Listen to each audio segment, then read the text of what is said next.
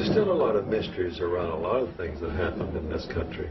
In the night, up came a person who was wearing a cloak. He had in his hands the Great Seal of the United States.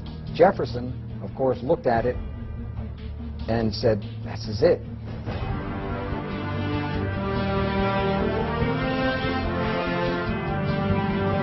It's a very dangerous thing to reveal the truth, but we have to. Let's go back to really important individuals here. His name is Nicholas Roerich.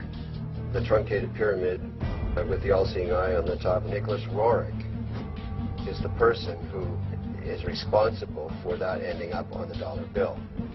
Franklin Delano Roosevelt was the President of the United States, and Henry Wallace was the Secretary of Agriculture. Now, Henry Wallace was deeply involved in the occult. Roerich to Wallace to FDR to the dollar bill.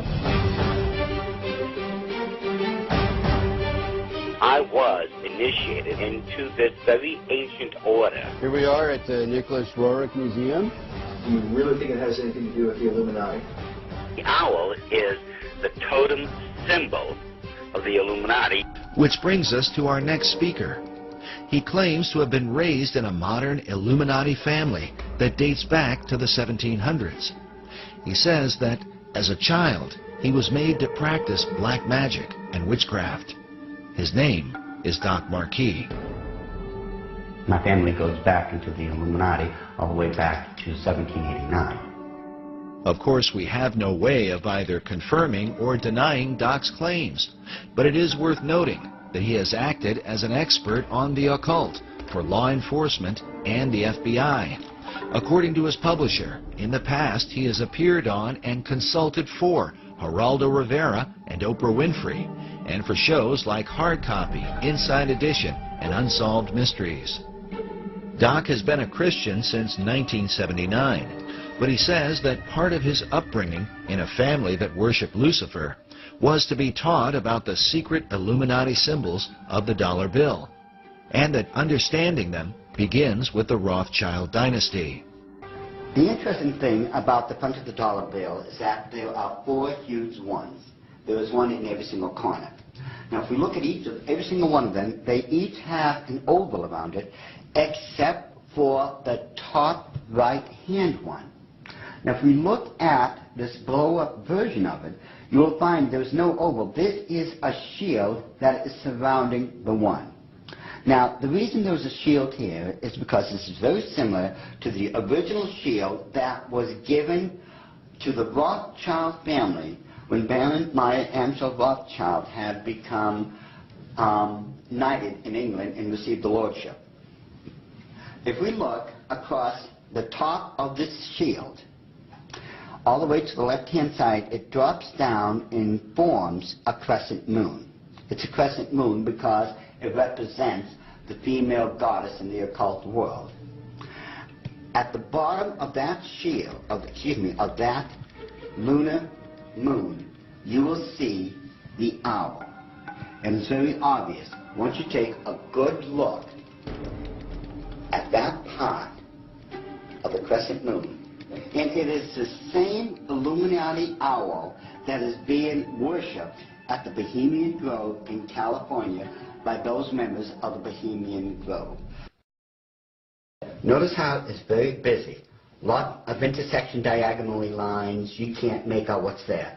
But let's get rid of the background noise, get rid of all the diagonal lines that doesn't belong there, and let's reverse the principle of Rorschach and take what's in the background and bring it to the forefront and see what's there. Because once we do that, we find out it's quite obvious that there is another Illuminati owl and that it is perched on something that looks like an arrow.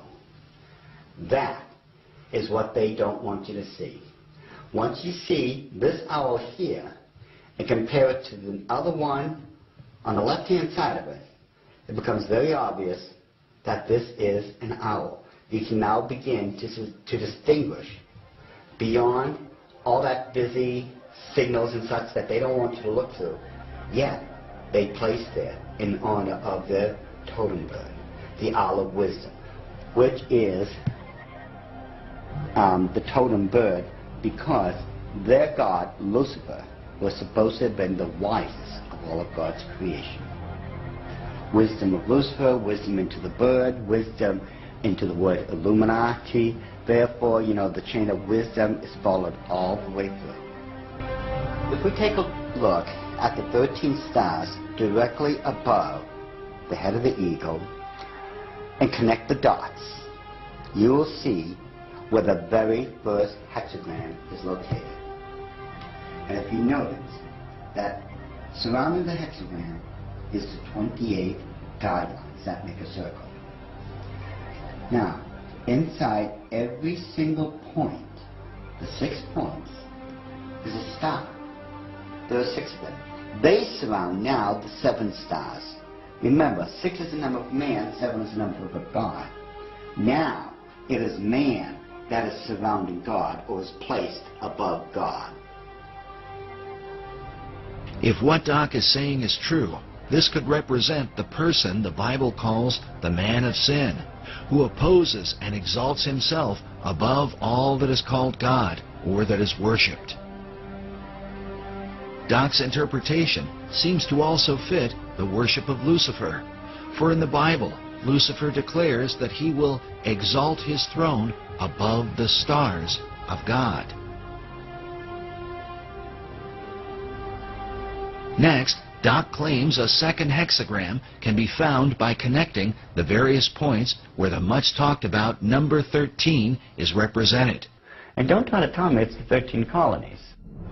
There are 13 stars above the eagle's head, 13 stripes in the shield, 13 leaves on the olive branch, 13 arrows in the eagle's talon, and then 13 letters in the phrase E pluribus unum, which makes for 2 points on either side of the eagle's head, for the 6 points total of the hexagram.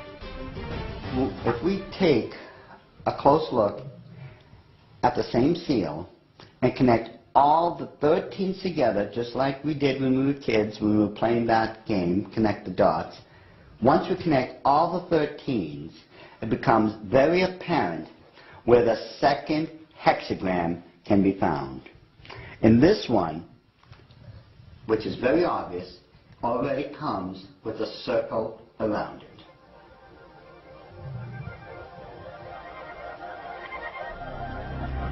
So this is the second hexagram here in figure 2. Yes. And then where's the third hexagram? The third hexagram can be found on the other part of the Great Seal. Again, connect all the 13 together, the 13 letters, the 13 steps in the pyramid, connect all this together. And you'll note, with the circle that's already there, it forms the third hexagram. Now if we look at the bottom one of the reverse side of the dollar bill, you'll see on the right hand side that again there's a lot of busy intersecting diagonal lines. Yet, if we apply the same principle we just used to reveal the hidden owls of the Illuminati and apply it, we will find that there is now a skull-faced winged demon. And it is very obvious, once you take away the background, the busy noise, it becomes very apparent what it is, and that it's been there all along. And if we just simply go and enlarge that section, just start with a small one, and just keep enlarging it, and enlarge it even more, even with the background noise there, as I call it, I think it becomes very apparent what we are now looking at, that it is still a skull-faced winged demon. And it is these demons that are protecting and blessing the 2 great seals of the Order of the Illuminati. And it would make perfect sense that it had to be demons used to protect these seals, since I am convinced it was those same demons that handed them over to Thomas Jefferson when they first created them. I am convinced, beyond all doubt, that that indeed was a demon sent up from the bowels of hell, probably under the direct orders of Lucifer himself.